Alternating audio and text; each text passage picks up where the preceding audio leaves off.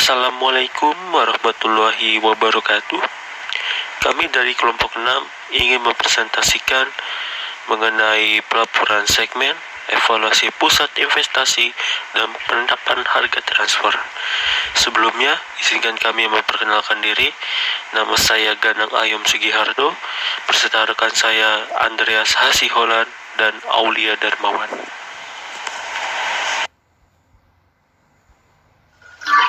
Desentralisasi dan pusat pertanggungjawaban.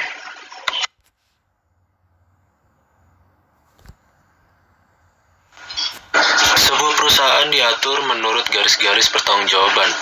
Sistem akuntansi pertanggungjawaban atau Responsibility Accounting System adalah sistem yang mengukur berbagai hal yang dicapai setiap pusat pertanggungjawaban menurut informasi yang dibutuhkan para manajer untuk mengoperasikan pusat pertanggungjawaban mereka. Selanjutnya ada cara pendekatan pengambilan keputusan untuk mengelola kegiatan yang rumit dan juga beragam. Yang pertama ada tersentralisasi, yaitu merupakan berbagai keputusan yang dibuat pada tingkat manajemen puncak dan manajemen pada jenjang yang lebih rendah untuk bertanggung jawab atas pengimplementasian keputusan-keputusan tersebut. Yang kedua ada desentralisasi, yaitu memperkenankan manajemen pada jenjang yang lebih rendah untuk membuat dan mengimplementasikan keputusan-keputusan penting yang berkaitan dengan wilayah pertanggungjawaban mereka.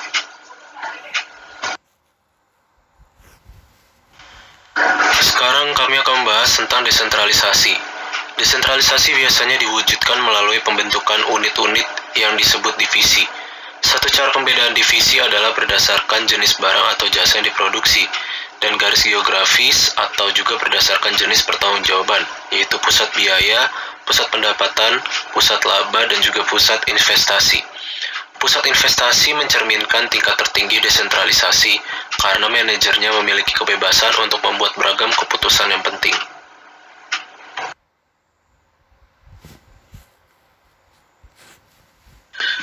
Desentralisasi memiliki berbagai macam keunggulan. Yang pertama adalah manajemen puncak bebas dari pemecah masalah harian dan terkonsentrasi pada strategi.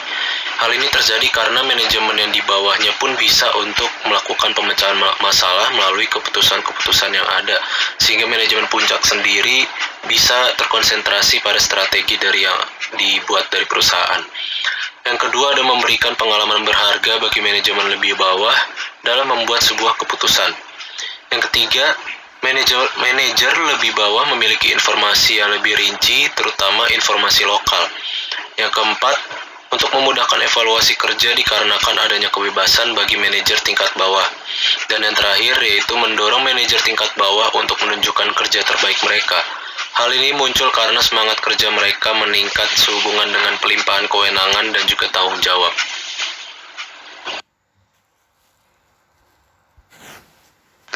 Selain keunggulan, desentralisasi juga memiliki kelemahan. Kelemahan yang pertama adalah memungkinkan manajer membuat keputusan tanpa sepenuhnya memahami gambaran keseluruhan dari perusahaan dikarenakan pemahaman sedikit mengenai strategi dari perusahaan. Yang kedua, kurangnya koordinasi bagi manajer-manajer yang memiliki otonomi. Dan yang ketiga, manajer tingkat bawah dimungkinkan membuat tujuan yang berbeda dengan tujuan perusahaan secara keseluruhan. Ada berbagai macam alasan untuk kita melakukan desentralisasi. Yang pertama, mengumpulkan dan menggunakan informasi lokal. Karena kualitas keputusan dipengaruhi oleh kualitas informasi yang tersedia. Yang kedua, memfokuskan manajemen pusat.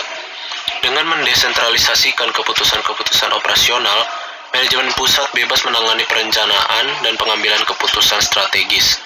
Yang ketiga, melatih dan memotivasi para manajer.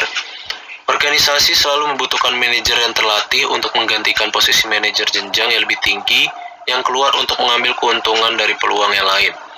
Dan yang terakhir, yang keempat, meningkatkan daya saing. Pada perusahaan yang sangat tersentralisasi, margin laba secara keseluruhan dapat menutupi ketidakefisienan yang terjadi di berbagai divisinya. Selanjutnya kita masuk ke pusat pertanggungjawaban. Pusat pertanggungjawaban merupakan suatu sistem yang mengolah input menjadi output. Input dan output yang dapat diukur dengan satuan uang disebut dengan biaya dan pendapatan. Dalam organisasi sebuah perusahaan, penentuan daerah pertanggungjawaban dan manajer yang bertanggung jawab dilaksanakan dengan menetapkan pusat-pusat pertanggungjawaban dan tolak ukur kinerjanya. Pusat pertanggungjawaban merupakan suatu unit organisasi yang dipimpin oleh manajer yang bertanggung jawab.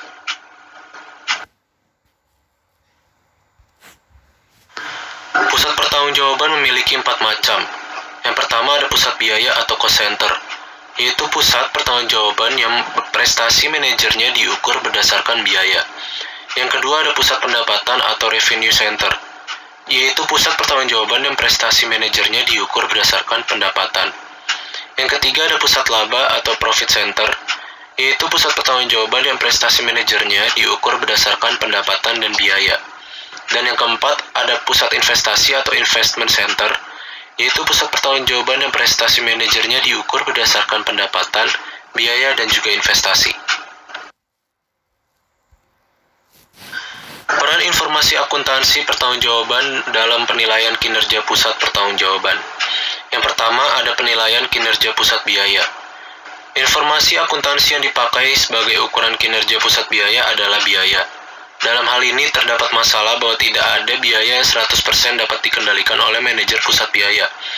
Masalah yang timbul adalah biaya, hubungan biaya dengan pusat biaya, jangka waktu, dan tanggung jawab ganda.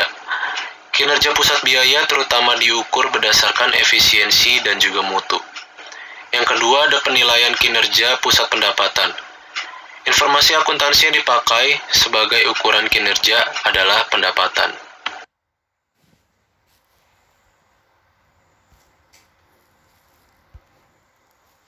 Selanjutnya yang ketiga adalah penilaian kinerja pusat laba.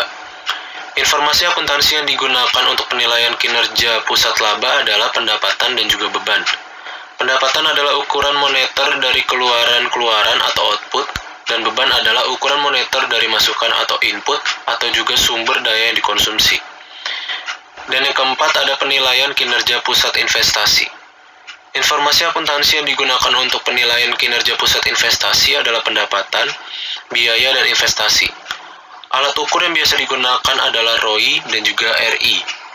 Dalam pusat investasi, manajer memiliki tanggung jawab dan otoritas pengambilan keputusan yang mempengaruhi biaya, pendapatan, dan juga investasi. Pengukuran kinerja pusat investasi dengan menggunakan laporan laba rugi, variabel, dan absorpsi. Ada 2 metode penghitungan laba yang dikembangkan, yaitu pertama berdasarkan perhitungan biaya variabel dan yang kedua berdasarkan biaya penuh. Perhitungan biaya variabel hanya membebankan biaya manufaktur variabel ke produk dan meliputi biaya bahan baku langsung, tenaga kerja langsung, dan overhead variabel. Sedangkan perhitungan biaya penuh atau absorpsi membebankan semua biaya manufaktur pada produk, meliputi bahan baku langsung, tenaga kerja langsung, overhead variabel, dan overhead tetap. Klasifikasi biaya sebagai biaya produk atau periode menurut perhitungan biaya, variabel, dan absorpsi.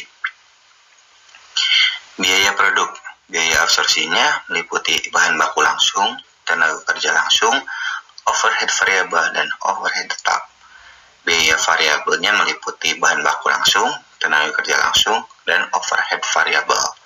Sedangkan biaya periode, biaya absorpsinya meliputi beban penjualan dan beban administrasi.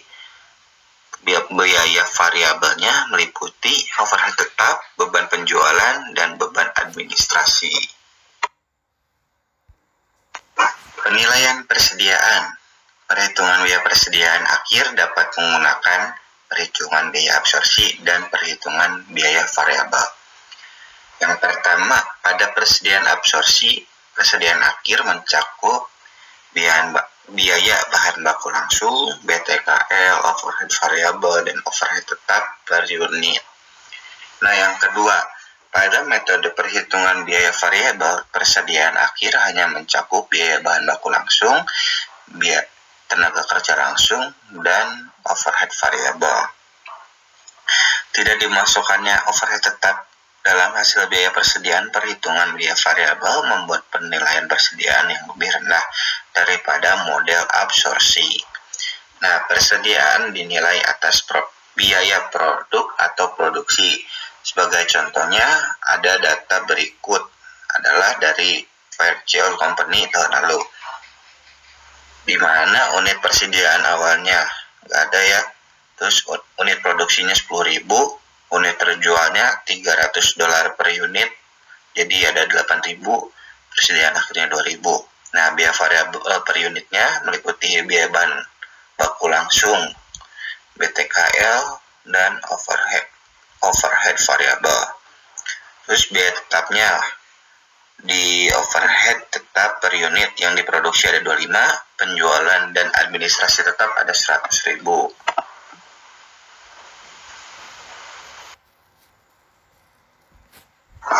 Laporan laba rugi dengan menggunakan biaya variabel dan absorpsi. Karena biaya produk per unit merupakan dasar bagi perhitungan harga pokok penjualan, metode perhitungan biaya variabel dan absorpsi dapat mengakibatkan angka laba bersih yang berbeda. Perbedaan tersebut terjadi karena jumlah overhead tetap yang diakui sebagai beban pada kedua metode. Contohnya seperti yang di bawah. Yang atas menggunakan biaya absorpsi dan yang di bawah menggunakan biaya variabel.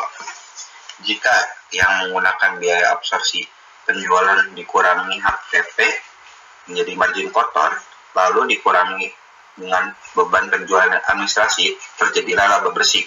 Sedangkan jika menggunakan biaya variabel, penjualan dikurangi beban variabel, yaitu harga pokok penjualan variabel menjadi margin kontribusi, dikurangi kembali dengan beban tetap, yaitu overhead tetap dan penjualan dan administrasi tetap, terjadilah laba bersih. Nah, dapat dilihat ya ada perbedaan dalam tabel tersebut, di mana laba operasinya yang menggunakan biaya absorpsi sebesar $500.000, sedangkan yang menggunakan biaya variabel adalah $490.000.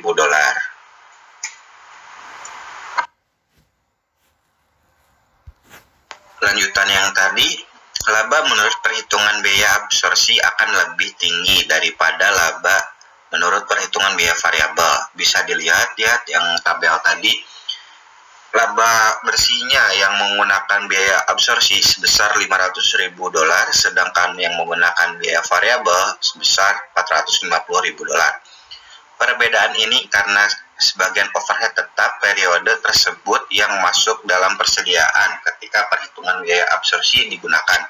Hanya sebagian besar dari overhead tetap yang dimasukkan dalam harga pokok penjualan pada perhitungan biaya absorpsi. Sisanya ditambahkan ke persediaan. Akan tetapi, pada perhitungan biaya variabel, semua biaya overhead seperti overhead tetap untuk periode tersebut ditambahkan ke beban pada laporan laba rugi. Hubungan antara produksi, penjualan, dan laba. Hubungan antara laba menurut perhitungan biaya variabel dan laba menurut perhitungan biaya absorpsi berubah ketika hubungan antara produksi dan penjualan berubah.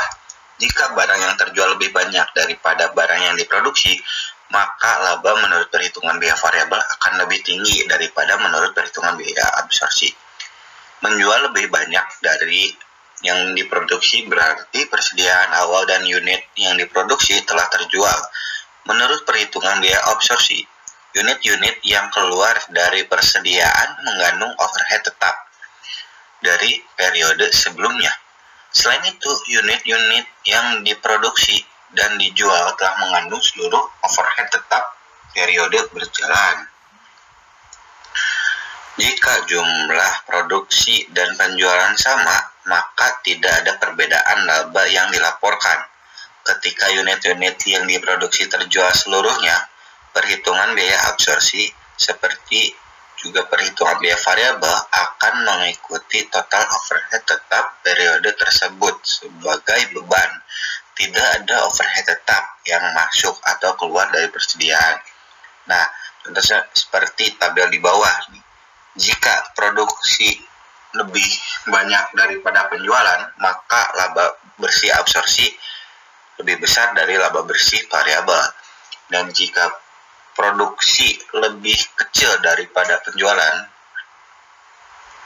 maka laba bersih absorpsi lebih kecil daripada laba bersih variabel. Sebaliknya ya, dan produksi seimbang penjualan, maka laba bersih absorpsi akan seimbang juga dengan laba bersih variabel.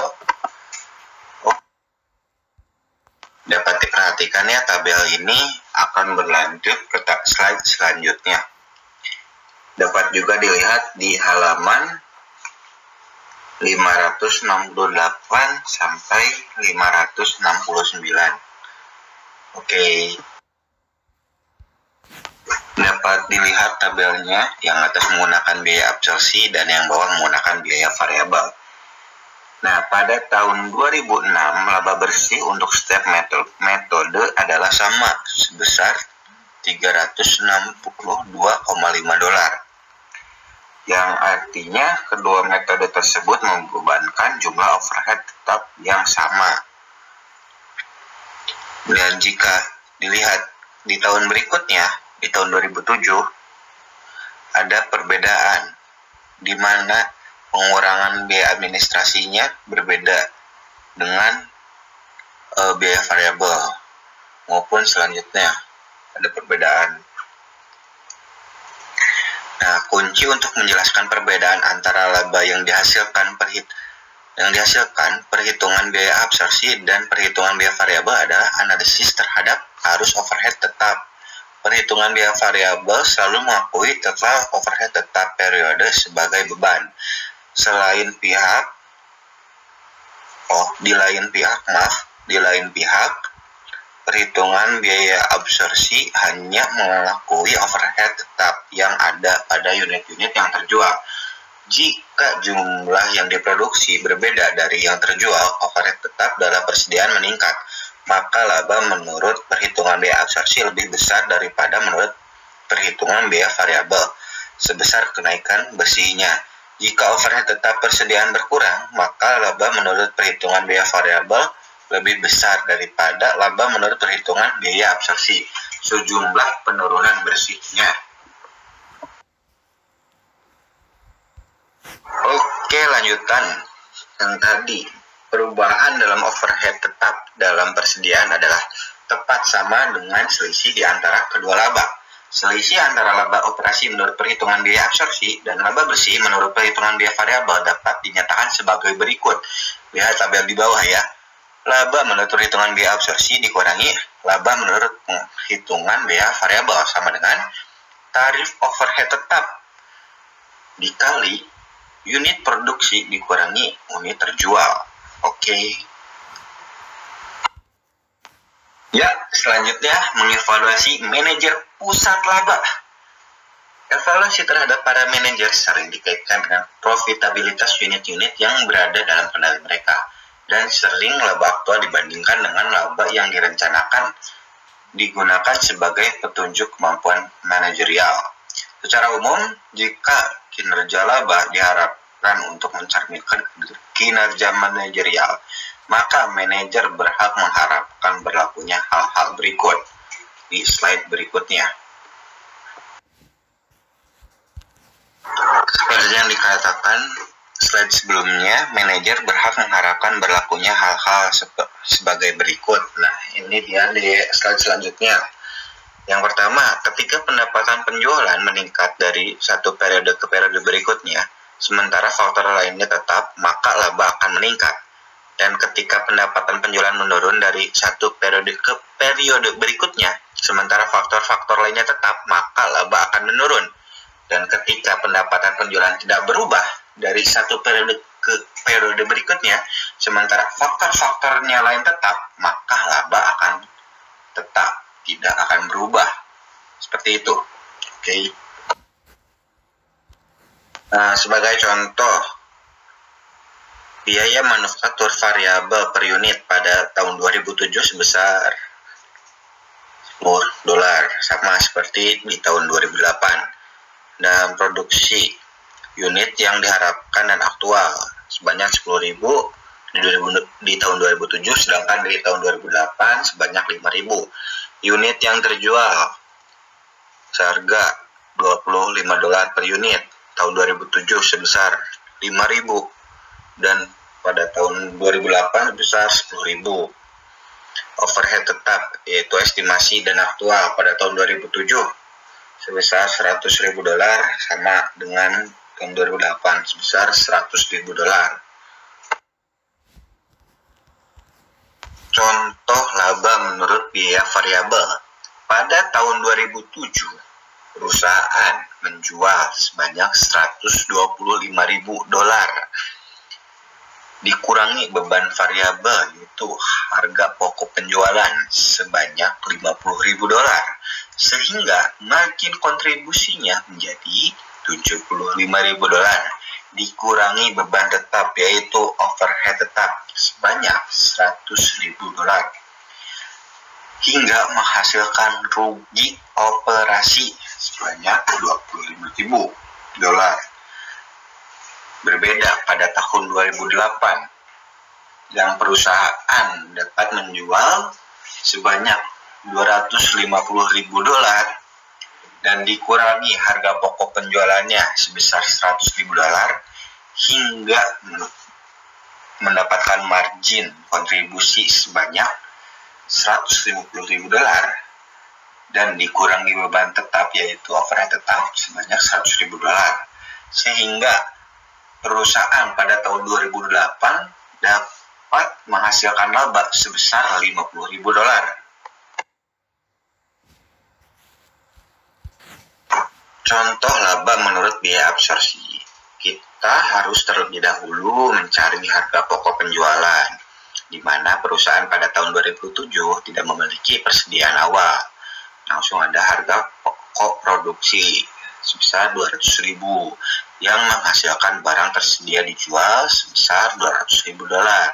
Dikurangi persediaan akhir sebesar 100.000 yang menghasilkan harga pokok penjualan sebesar 100.000 dolar. Jika kita akan memasukkan ke laporan laba rugi, maka penjualan pada tahun 2007 sebesar 125.000 dolar dikurangi harga pokok penjualan yang telah kita cari tadi sebesar 100.000 dolar hingga menghasilkan laba sebesar 25.000 dolar. Sama seperti yang pada tahun 2007, pada tahun 2008 kita juga harus mencari harga pokok penjualan, di mana perusahaan pada tahun 2008 persediaan awalnya sebesar 100.000, harga pokok produksinya sebesar 150.000 dan barang tersedia dijualnya sebesar 250.000. Dikurangi persediaan akhirnya tetapi tidak mempunyai persediaan akhir. Jadi mendapatkan hasil harga pokok penjualan sebesar 250.000. Jika dicatatkan pada laporan laba rugi, penjualan pada tahun 2008 sebesar 250.000 dolar dan dikurangi harga pokok penjualan yang telah dicari tadi sebesar 250.000 dolar yang tidak menghasilkan laba maupun rugi karena nol. Selanjutnya ada laporan laba rugi segmen dengan biaya variabel. Nah, pertama, perhitungan biaya variabel berguna dalam menyiapkan laporan laba rugi segmen karena perhitungan ini menyediakan informasi penting mengenai beban variabel dan tetap. Akan tetapi, dalam laporan laba rugi segmen, beban tetap dibagi menjadi dua kategori, yaitu beban tetap langsung atau direct fixed expense dan beban tetap umum atau common fixed expense.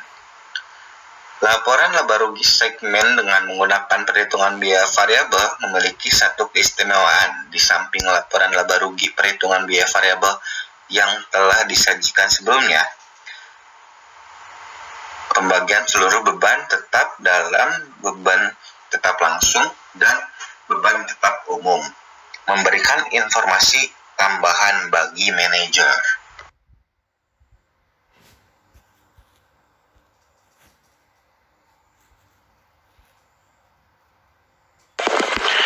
Selanjutnya Saya Ganang Ayam Sugiharto ingin menjelaskan mengenai pengukuran kinerja pusat investasi dengan menggunakan ROI.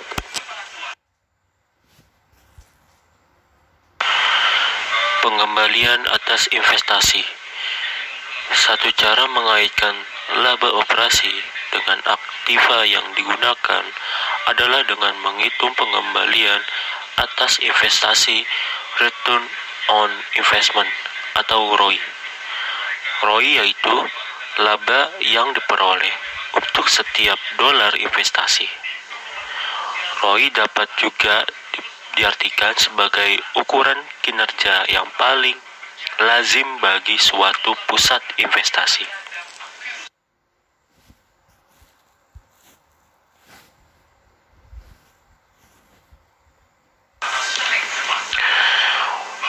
Untuk rumusnya sendiri, ROI sama dengan laba operasi dibagi dengan aktiva operasi rata-rata. Laba operasi atau operation income mengacu pada laba sebelum bunga dan pajak. Sedangkan aktiva operasi atau operating asset adalah seluruh aktiva yang digunakan untuk menghasilkan laba operasi, termasuk kas, piutang, persediaan, tanah, gedung, serta peralatan.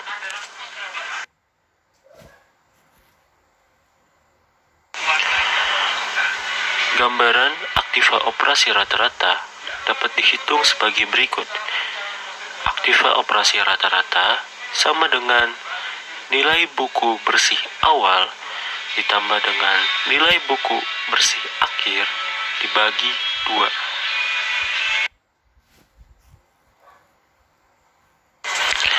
Selanjutnya, margin dan perputaran. Ini merupakan cara kedua untuk menghitung ROI, yaitu dengan memisahkan rumusnya. Laba operasi dibagi aktiva operasi rata-rata dalam margin dan perputaran. Rumusnya, ROI sama dengan laba operasi atau penjualan dikali dengan penjualan dibagi aktiva operasi rata-rata, atau ROI sama dengan margin dikali perputaran.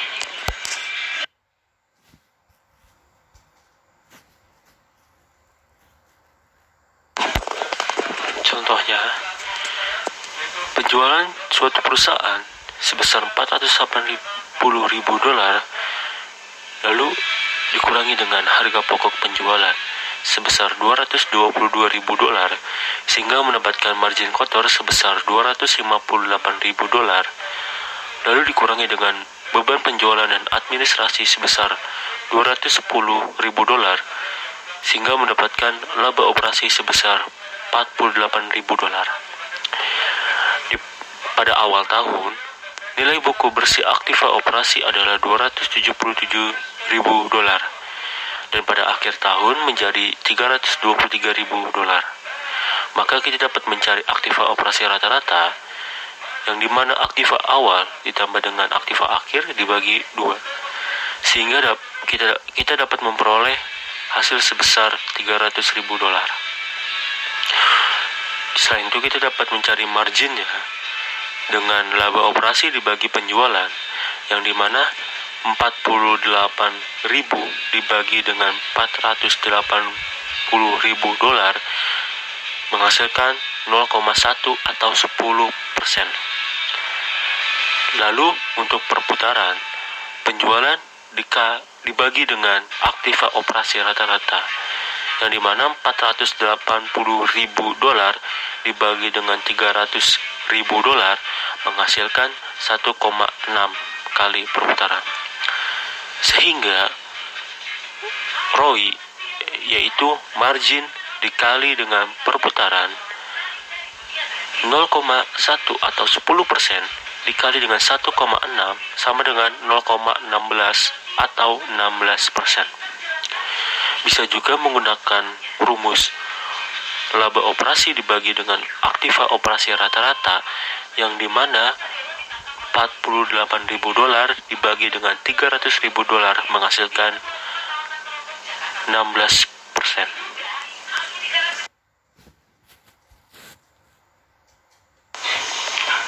Keunggulan ROI itu sendiri ada 3. Yang pertama, ROI mendorong manajer untuk fokus pada hubungan antara penjualan, beban, dan investasi, sebagaimana yang diharapkan dari seorang manajer pusat investasi. Lalu yang kedua, ROI dapat mendorong manajer untuk fokus pada efisiensi biaya. Dan yang ketiga, ROI mendorong manajer untuk fokus pada efisiensi aktiva operasi.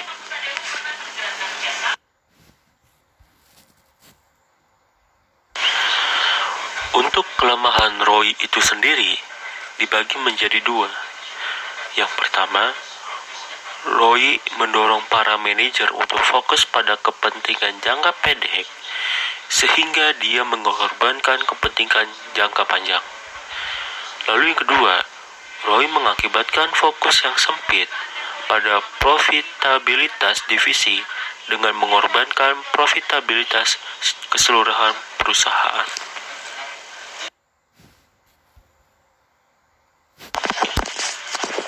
Materi selanjutnya mengukur kinerja pusat investasi dengan menggunakan laba residu dan nilai tambah ekonomi.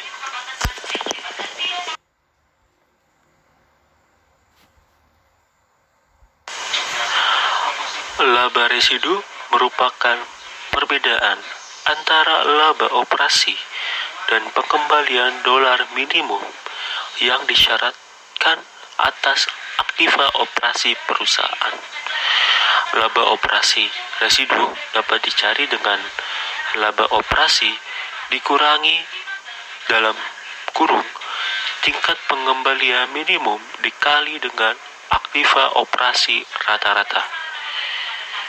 Tingkat pengembalian minimum ditentukan perusahaan dan sama dengan hurdle rate yang disebutkan pada bagian ROI. Apabila laba residu lebih besar daripada 0, maka divisi memperoleh lebih banyak tingkat pengembalian minimum yang diminta. Sebaliknya, apabila laba residu lebih kecil daripada 0, maka divisi memperoleh lebih sedikit tingkat pengembalian minimum yang diminta.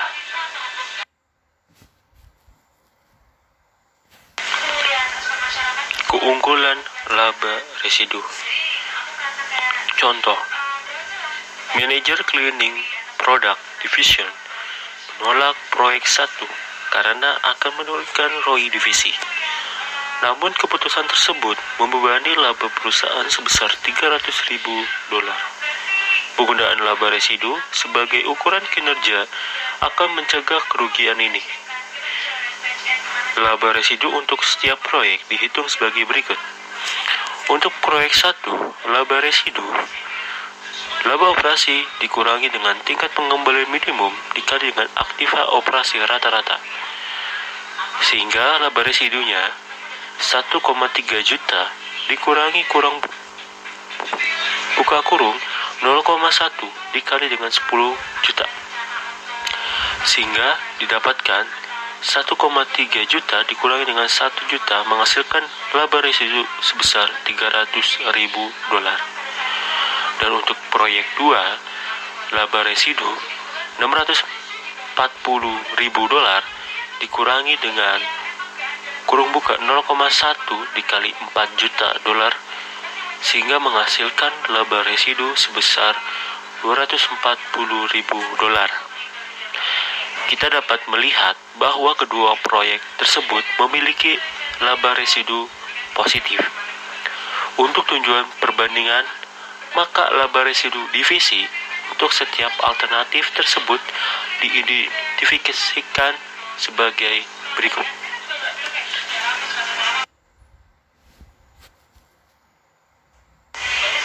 Alternatif. Kita mempunyai 4 alternatif. yaitu hanya proyek 1 yang dipilih. Yang kedua, hanya proyek 2 yang dipilih. Yang ketiga, memilih keduanya. Serta yang keempat, tidak memilih keduanya. Sebagai perbandingan, untuk aktiva operasi, apabila kita memilih proyek 1 sebesar 60 juta dolar, lalu untuk hanya proyek 2 sebesar 54 juta dolar, untuk memilih keduanya sebesar 64 juta dolar, dan untuk tidak memilih keduanya sebesar 50 juta dolar. Untuk laba operasinya, apabila kita memilih proyek 1, itu sebesar 8.800 dolar. Untuk proyek 2, sebesar 8.140.000 dolar. Apabila kita memilih keduanya, maka laba operasi yang didapatkan sebesar 9.440.000 dolar. Dan jika kita tidak memilih keduanya, menghasilkan laba operasi sebesar 7.500.000 dolar. Untuk pengembalian minimum, yaitu 0,1 dikali dengan aktiva operasi, didapatkan apabila kita memilih proyek 1 sebesar 6 juta dolar, untuk hanya memilih proyek 2 sebesar 5.400.000 dolar, dan untuk memilih keduanya sebesar 6.400.000 dolar, dan apabila tidak memilih keduanya sebesar 5 juta dolar. Sehingga kita dapat mencari laba residu di setiap alternatifnya. Untuk hanya proyek 1 sebesar 2.800.000 dolar, hanya proyek 2 sebesar 2.740.000 dolar, dan untuk memilih keduanya sebesar 3.040.000 dolar, dan untuk tidak memilih keduanya 2.500.000 dolar. Berdasarkan hasil di atas, memilih kedua proyek menghasilkan peningkatan laba residu yang terbesar, sehingga penggunaan laba residu mendorong untuk menerima proyek apapun yang menghasilkan tingkat di atas minimum.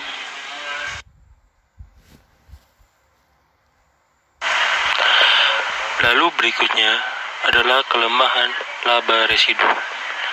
Laba residu, seperti halnya ROI, bisa mendorong orientasi jangka pendek.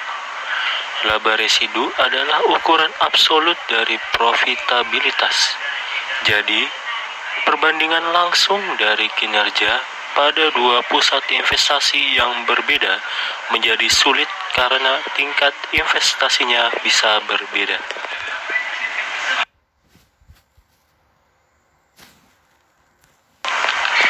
Sebagaimana contoh, terdapat dua divisi A dan divisi B. Divisi A dan B memiliki tingkat pengembali minimum yang diminta sebesar 8%. Ada kecenderungan yang mengatakan divisi A lebih baik daripada B, karena laba residunya 3 kali lebih besar. Akan tetapi, divisi A memiliki aktiva 6 kali lebih besar dari B. Salah satu cara untuk mengoreksi kelemahan ini adalah menghitung tingkat pengembalian atas investasi dan laba residu, serta menggunakan kedua ukuran tersebut untuk mengevaluasi kinerja. Kemudian, ROI dapat digunakan untuk perbandingan antar divisi.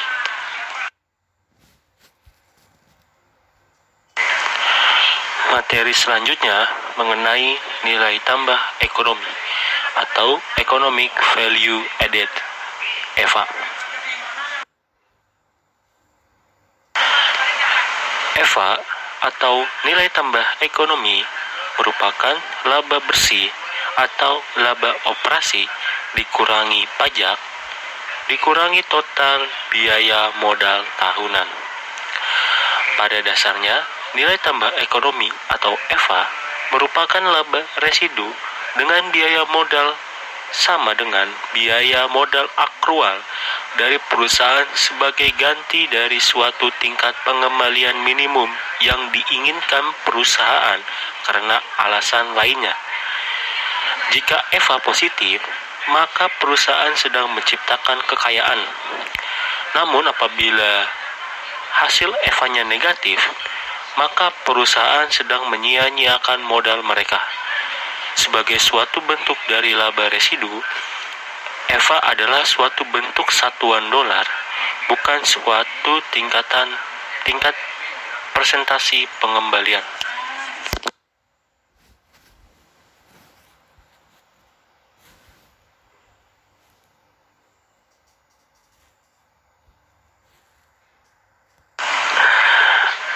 Untuk contoh, Selimar Company memperoleh laba bersih tahun lalu seperti yang ditunjukkan pada laporan laba rugi berikut ini.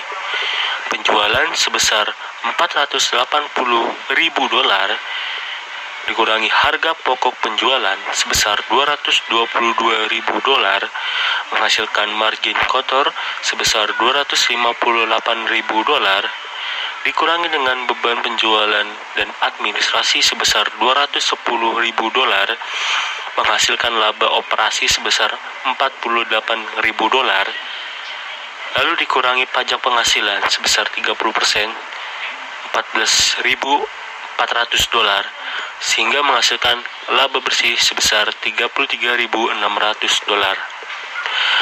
Jumlah modal yang dipakai sama dengan $300.000. Biaya modal aktual Selimar Company adalah 10%, sehingga kita dapat mencari EVA atau nilai tambah ekonomi, yaitu $33.600 dikurangi kurung buka 10% dikali 300.000, sehingga 33.600 dikurangi 30.000 dan menghasilkan EVA $3.600.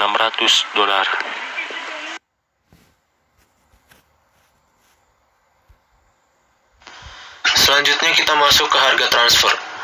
Harga transfer itu mengukur nilai produk yang diserahkan oleh pusat laba kepada pusat pertanggungjawaban atau pusat laba lain dalam sebuah perusahaan. Harga transfer ditetapkan untuk produk-produk. Harga transfer sendiri itu adalah harga jual atau biaya yang akan dipakai dalam pertukaran antar divisi penjualan dan divisi pembeli. Bagi divisi penjual atau pemasok, harga transfer tersebut akan merupakan pendapatan, dan bagi divisi pembeli, harga transfer tersebut akan merupakan biaya. Oleh karena itu, harga transfer akan mempengaruhi laba baik bagi divisi penjual maupun divisi pembeli.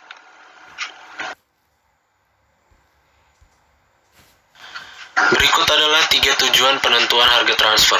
Yang pertama, evaluasi prestasi divisi secara akurat, yang berarti tidak satupun manajer divisi yang memperoleh keuntungan dengan mengorbankan manajer divisi lain. Yang kedua, keselarasan tujuan antara divisi dan perusahaan, dalam arti bahwa manajer divisi mengambil keputusan yang akan memaksimumkan laba perusahaan dengan memaksimumkan laba divisinya. Yang ketiga, tetap terjaganya otonomi divisi, dalam arti tidak ada campur tangan manajemen puncak terhadap kebebasan manajer divisi dalam pengambilan keputusan.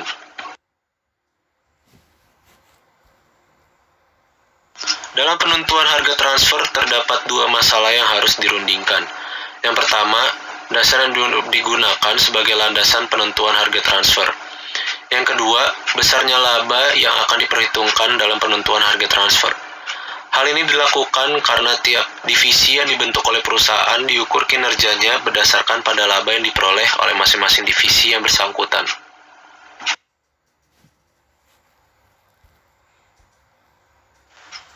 Harga transfer memiliki dasar penentuan. Penentuan harga transfer dapat mendasar pada harga pasar dan harga transfer atas dasar biaya. Jika harga transfer didasarkan pada biaya, maka dasar biaya yang digunakan adalah biaya penuh standar atau biaya penuh sesungguhnya.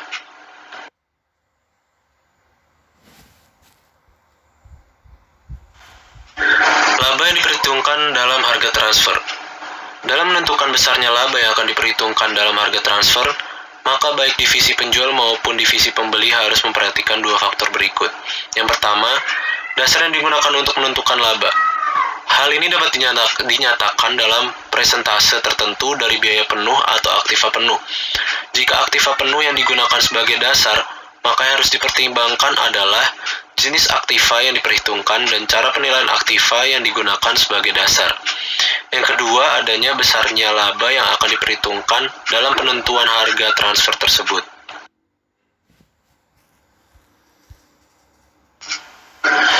Dampak penetapan harga transfer terhadap divisi dan perusahaan secara keseluruhan. Ketika satu divisi dari perusahaan menjual pada divisi lain, kedua divisi tersebut dan perusahaan secara keseluruhan terkena pengaruhnya. Harga yang dikenakan untuk barang yang ditransfer mempengaruhi biaya divisi pembeli dan pendapatan divisi penjual. Artinya, laba kedua divisi tersebut dipengaruhi oleh harga transfer. Meskipun harga transfer aktual tidak mempengaruhi tingkat laba yang dihasilkan, perusahaan multinasional melalui pajak badan dan persyaratan hukum lainnya yang ditetapkan negara tempat berbagai divisi beroperasi. Berikut ini adalah contohnya dampak harga transfer bagi masing-masing divisi, yang dimana di sini dicontohkan pada PT ABC yang memiliki dua divisi, yaitu divisi A sebagai penjual dan divisi C sebagai pembeli, di mana kedua divisi ini memiliki harga transfernya masing-masing yang sudah ditetapkan, tapi harga transfer di sini memiliki dampak bagi divisi A dan bagi divisi C, yang dimana kita lihat di sini harga transfer merupakan pendanaan bagi divisi A dan harga transfer merupakan harga pokok juga bagi divisi C. Dan juga harga transfer memiliki dampak untuk menaikkan laba operasi bagi divisi A dan juga menurunkan laba operasi bagi divisi C. Dan harga transfer juga dapat menaikkan ROI dari divisi A tetapi menurunkan ROI dari divisi C. Selanjutnya ada metode kebijakan penentuan harga transfer. Setiap divisi memiliki penetapan harga. Yang pertama ada harga transfer minimum, yaitu merupakan harga transfer yang akan membuat keadaan divisi penjual tidak menjadi lebih buruk jika barang dijual pada divisi internal daripada dijual pada pihak luar.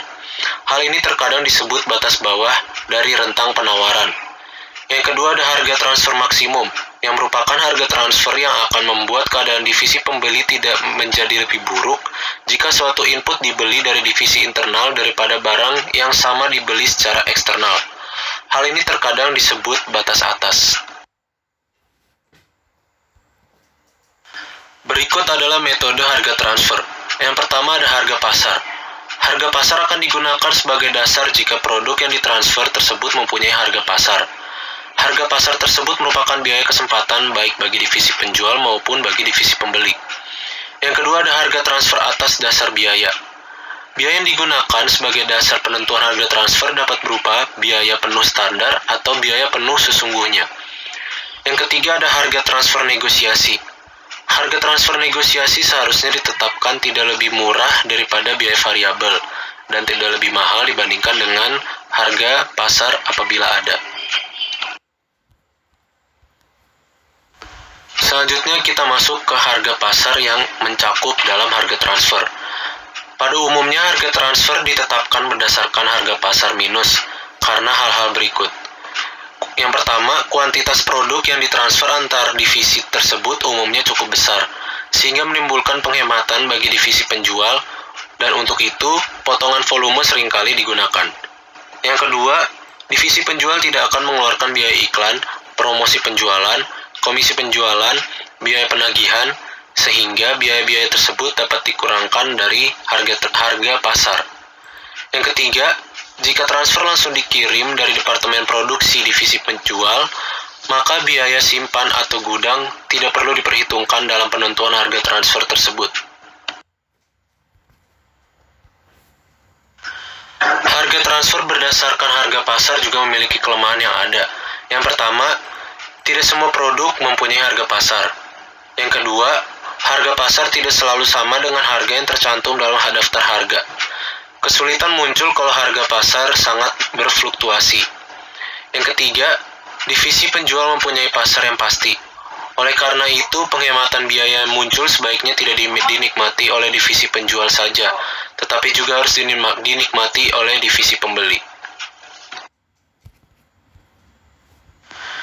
Ya, selanjutnya kita akan masuk ke harga transfer atas dasar biaya. Jika biaya digunakan sebagai penentuan harga transfer, maka 3 hal di bawah ini perlu dipertimbangkan oleh manajer. Yang pertama, metode penentuan harga transfer tersebut harus senantiasa mendorong divisi penjual meningkatkan efisiensi produksinya. Yang kedua, metode tersebut harus dapat memisahkan tanggung jawab masing-masing divisi yang terlibat dalam penentuan harga transfer. Dan yang ketiga, harus dilakukan negosiasi antar divisi yang terlibat. Selanjutnya ada harga transfer negosiasi.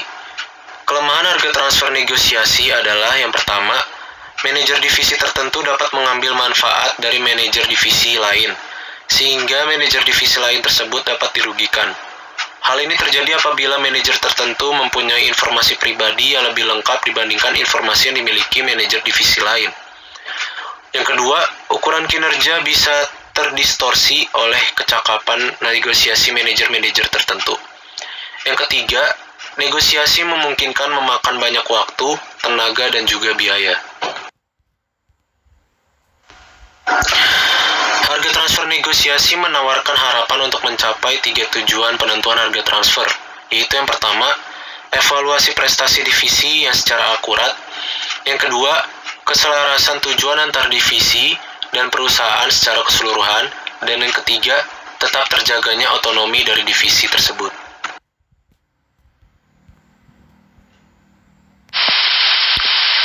Sekian presentasi dari kelompok kami. Kurang lebihnya mohon dimaafkan. Wabillahi taufik walhidayah. Wassalamualaikum warahmatullahi wabarakatuh.